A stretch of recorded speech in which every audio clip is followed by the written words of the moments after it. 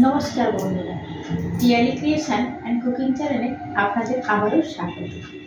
বন্ধুরা, আমরা তো প্রায় পোলাও খেয়ে থাকি বিভিন্ন ধরনের, যেমন হচ্ছে বাসন্তী পোলাও, চিড়ের পোলাও, আফগানি পোলাও, চিকেন পোলাও, এই ধরনের নানা ধরনের খেয়ে থাকি।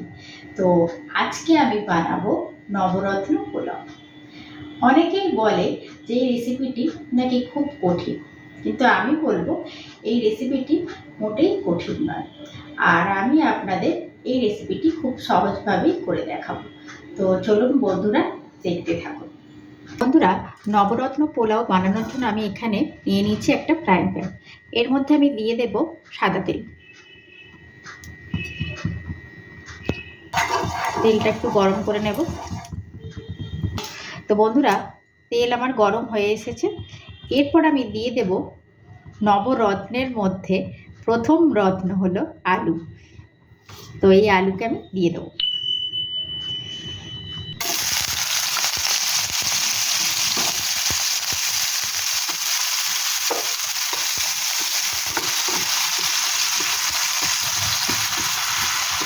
আলুটিকে আমি হালকা করে ফ্রাই করে নেব। বন্ধুরা, এর মধ্যে আমি দিয়ে দেব সামান্য পরিমাণ নুন। নেড়ে চেড়ে নেব।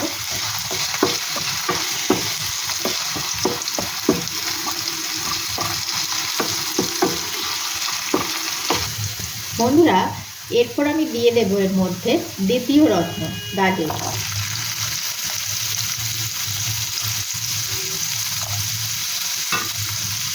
এটিকেও ভালো করে ফ্রাই করে নেব।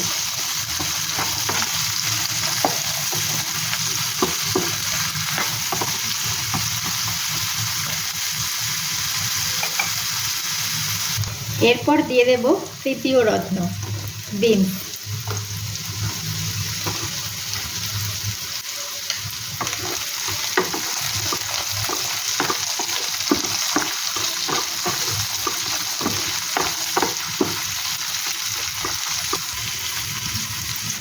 এগুলিকে ভালোভাবে আমি ফ্রাই করে দেব হালকা আঁচে, যাতে না কোনো সবজি কাঁচা না থাকে। তো বন্ধুরা, দেখুন আমার এখানে ফ্রাই করা হয়ে গিয়েছে। এবার আমি এগুলোকে তুলে নেব একটি পাত্রে।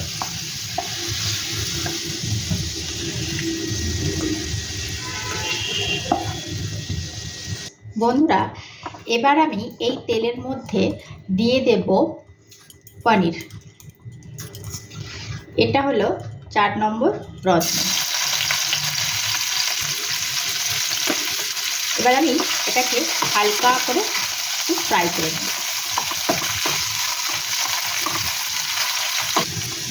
বন্ধুরা, দেখুন এখানে আমার হালকা লাল করে ফ্রাই করা হয়ে গিয়েছে। তো এবার আমি এগুলোকে তুলে নেব।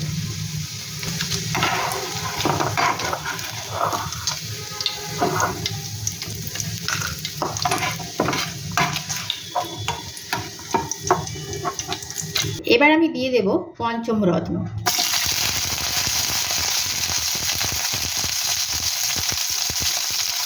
এটা দেখে আপনারা নিশ্চয়ই বুঝতে পারছেন যে কী দিয়েছি, তবুও আমি বলে দিচ্ছি এটা ফুলকপি। আচ্ছা, এটাকে আমি হালকা লাল লাল করে একটু ফ্রাই করে নেব। একদম ছোটো ছোটো পিস করেছি ফুলকপিটি। বন্ধুরা, এবার আমি দিয়ে দেবো এর মধ্যে কড়াইশুঁটি।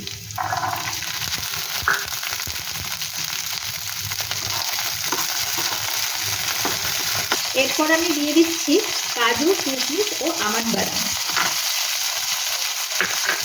এগুলোকেও আমি ভালো করে ফ্রাই করে নেব।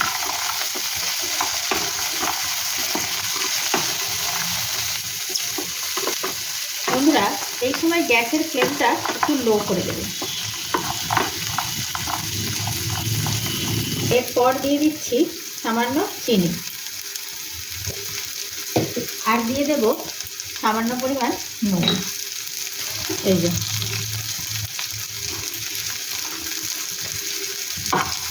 নেড়ে নেব, ভালো করে মিশিয়ে নেব। এরপর দিয়ে দেব সামান্য পরিমাণ একদম আদা রসুনের পেস্ট, একদম সামান্য পরিমাণ দেব। কম দিয়েছি, এবার একটু ভালো করে মিক্স করে দেব।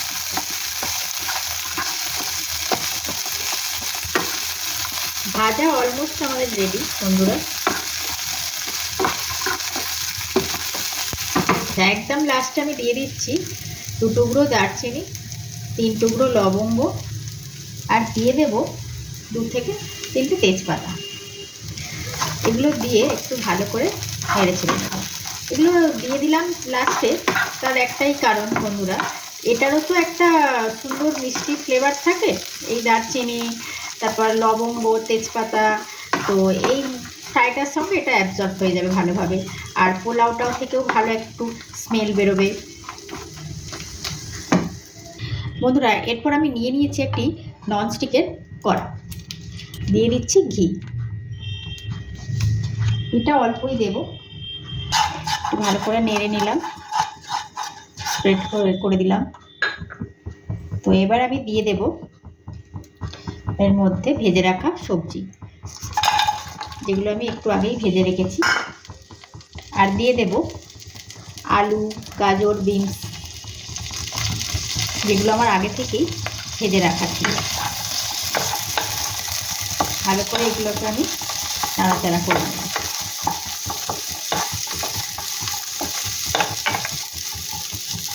এরপর আমি দিয়ে দেব সব শেষ ইনগ্রেডিয়েন্ট, রাইস, যেটা ছাড়া পোলাও অসম্পূর্ণ।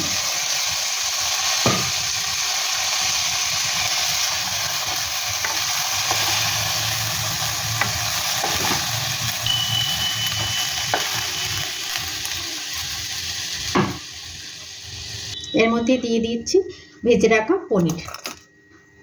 আচ্ছা, এরপর আমি দিয়ে দিচ্ছি সামান্য পরিমাণ দুধ। দুধের মধ্যেই আমি কিন্তু কেশর দিয়ে ভিজিয়ে রেখেছিলাম কিছুক্ষণ। তো এবারে আমি ওই বাটিতেই সামান্য একটু জল দিয়ে দেব। এই জলটাকেও আমি এর মধ্যে দিয়ে দেব। এরপর ভালো করে নেড়ে ছেড়ে নেব।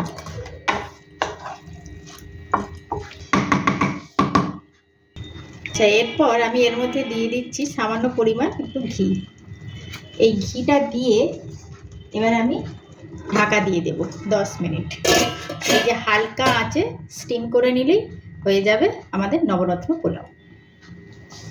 বন্ধুরা সব শেষে আমি দিয়ে দেব একটু লেবু রস। এই লেবু রসটা আমি দিতে ভুলে গিয়েছিলাম, তো সেই জন্যেই এখন দিয়ে দিলাম। এরপর আমি ঢাকাটা চাপা দিয়ে দেব।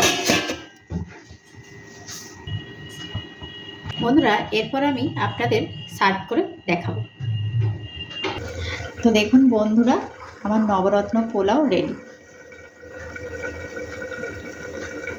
তো বন্ধুরা দেখুন, রেডি হয়ে গেছে আমার নবরত্ন পোলাও। এটি খেতে কিন্তু খুব দারুণ হয়, খুব টেস্টি হয়, আর এটি একবার বাড়িতে আপনারা তৈরি করে খাবেন, আশা করি ভালো লাগবে। তো বন্ধুরা ভিডিওটি ভালো লাগলে লাইক, শেয়ার ও সাবস্ক্রাইব করবেন। আজকের এই পর্যন্তই বন্ধুরা, টাটা।